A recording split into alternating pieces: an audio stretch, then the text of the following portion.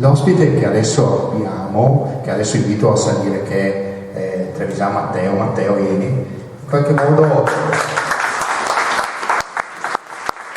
testimonia che un luogo, una zona del paese di Breganze che è votata alla viticoltura, che è votata alla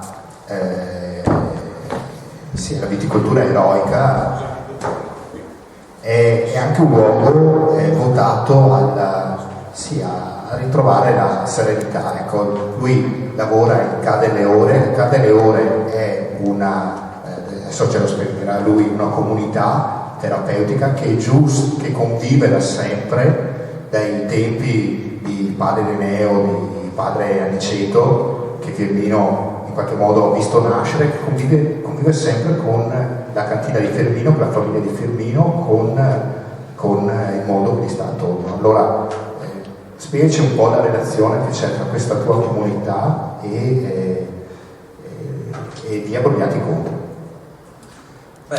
Buonasera intanto. Non è la mia comunità, nel senso che io ho la fortuna di lavorarci lì da 10 anni, da quando ho cominciato a fare lo psicologo. È una figata perché i vari ospiti che avete conosciuto stasera, ma abbiamo anche la new entry di Andrea Manne, sono tutte persone che in un qualche modo, chi più o chi meno, collabora con noi e vive la nostra comunità. Noi siamo i diretti vicini di Firmino e lui con la sua famiglia continua ad essere un punto di riferimento per noi. Beatrice e Fabio sono parte dei nostri volontari che ci danno una mano nella gestione di quella che è la casa, la comunità. Manne da qualche mese ci sta aiutando a portare avanti dei progetti che abbiamo messo in campo, come anche Beatrice e Fabio. Quindi stiamo creando dei laboratori dove i nostri ragazzi stanno costruendo dei gioielli, grazie a Beatrice, stanno costruendo delle chitarre, grazie a Fabio e ad Andrea.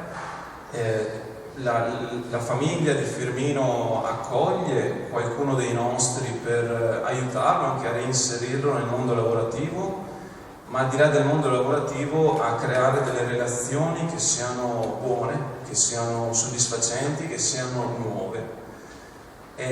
Quindi noi siamo una sorta di piccolo villaggio dentro il villaggio, dove confluiscono sia le cose belle, perché abbiamo descritto il villaggio come un luogo in cui ci sono tante risorse, ma nei villaggi ci sono anche le sofferenze.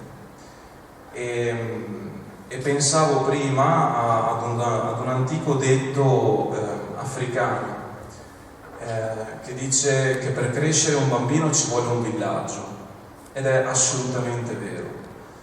Io credo che al giorno d'oggi servano i villaggi per curare anche le ferite che ognuno porta con sé.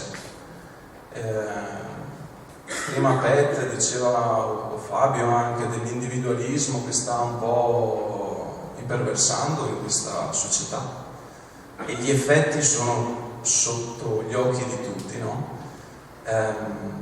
Ecco, la nostra comunità ha il desiderio di ritrovare quel senso di fraternità, di squadra, se vogliamo usare un termine un po' più moderno, perché solo nella relazione possiamo curare e solo nella relazione possiamo ritrovarci anche, perché prima, quando sono entrato, ho incontrato Firmino, si narravano un po' le storie, la storia della comunità, e la nostra comunità ha accolto i partigiani per salvarli dal fascismo e dal nazismo. E Firmino ha visto il posto dove sotto c'erano queste persone, il rifugio, esatto, e mi sono chiesto, ma come mai, cioè, Breganze, Firmino, le persone, il paese ha accolto quelli che poi comunemente vengono chiamati drogati. E credo che la cosa che ci può unire, che ha unito le famiglie, che ha unito Ireneo con Firmino, che unisce noi con Fabio, con Beatrice, con Andrea, con chi ci dà una mano, sia proprio il capire che entrambi, tutti siamo esseri umani, tutti stiamo male, e se riconosciamo la nostra fragilità ci viene spontaneo darci una mano. Se invece continuiamo a pensare che io sia meglio, lui è peggio, e fanculo qua e fanculo di là, ci dividiamo, però non funziona.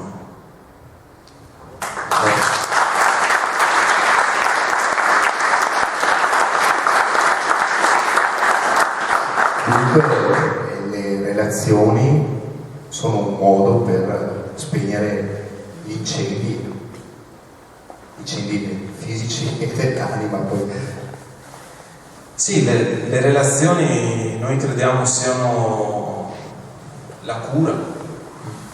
I dolori nascono da relazioni mancate, da occhi che non sanno riconoscerci magari ogni tanto, no? Da amori che finiscono, che lasciano ferite.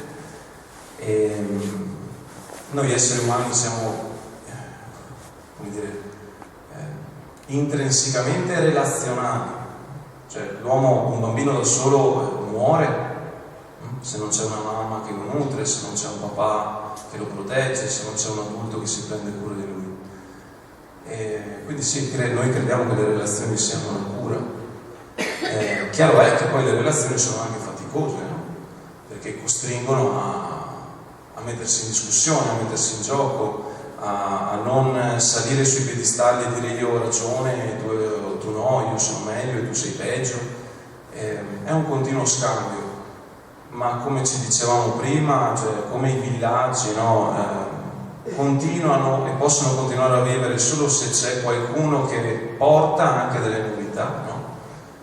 Credo che anche noi nel nostro piccolo dobbiamo aprire lo spazio e la mente per fare un po' di spazio all'altro.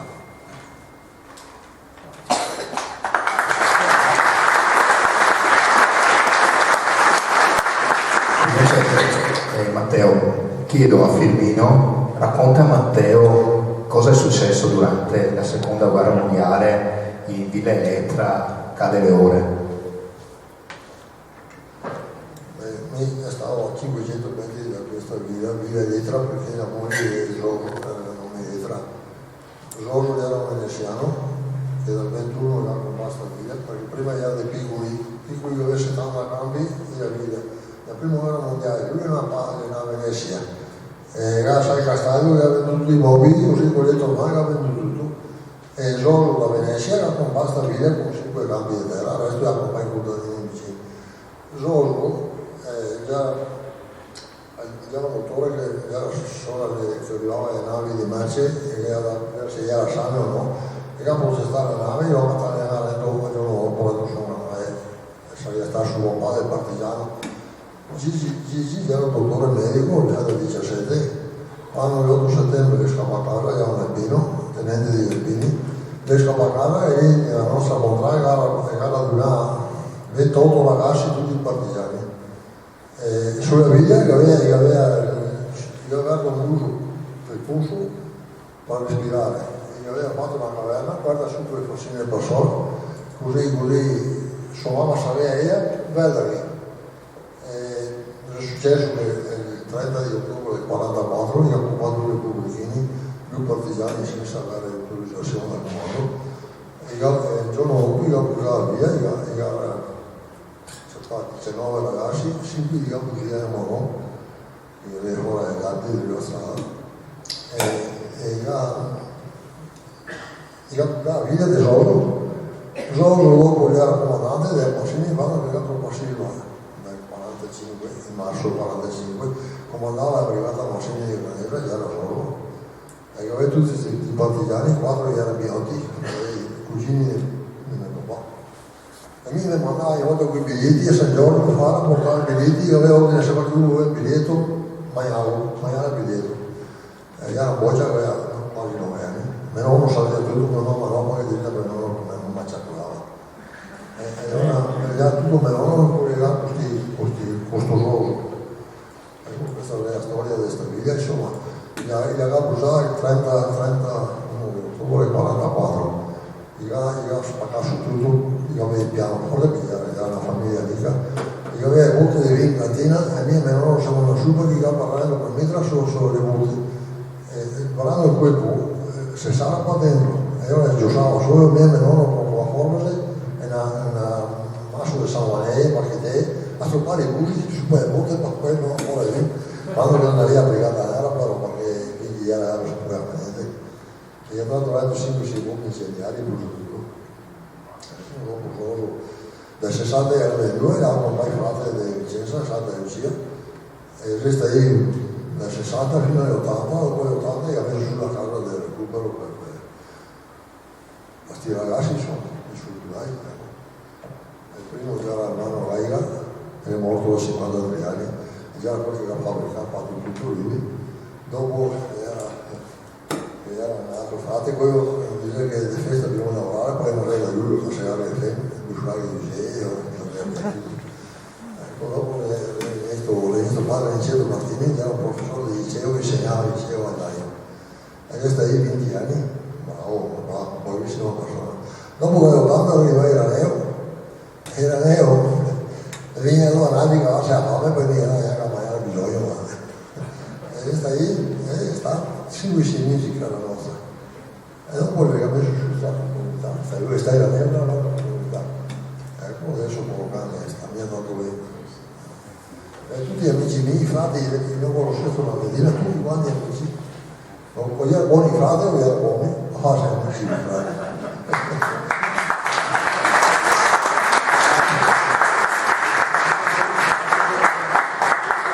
Comunque lo so che stiamo facendo un po' tardi, però d'altro canto le relazioni richiedono tempo e non è vero, tu che sei, il tempo è essenziale.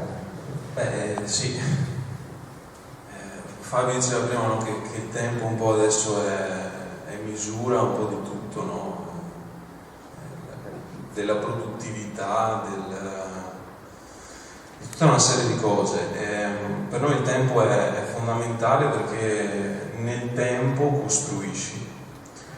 Quindi con i ragazzi noi passiamo e viviamo il tempo proprio, cercando di dare un altro valore anche a questa variabile che c'è nella vita.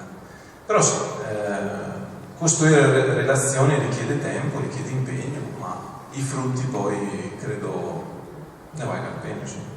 Quindi, mi dai una buona motivazione per andare avanti con la scaletta, perché non la voglio tagliare. No, scherzo. Luca, avete voglia di suonare o facciamo il rito collettivo? Come volete. Chiedo al pubblico, tagliamo un pezzo o andiamo avanti? Siete stanchi? Sì, sono provati. Siamo provati. Allora, fondamentalmente dai, lo fai dopo. Adesso io ringrazio Matteo ci siamo negati a questo perché organizzare questa roba qua mi ha rimesso in contatto con la comunità e ha rimesso in contatto un po' con tutti noi, perché un po', dirti la verità, ultimamente ci siamo persi di vista. Grazie di essere venuto. Allora, adesso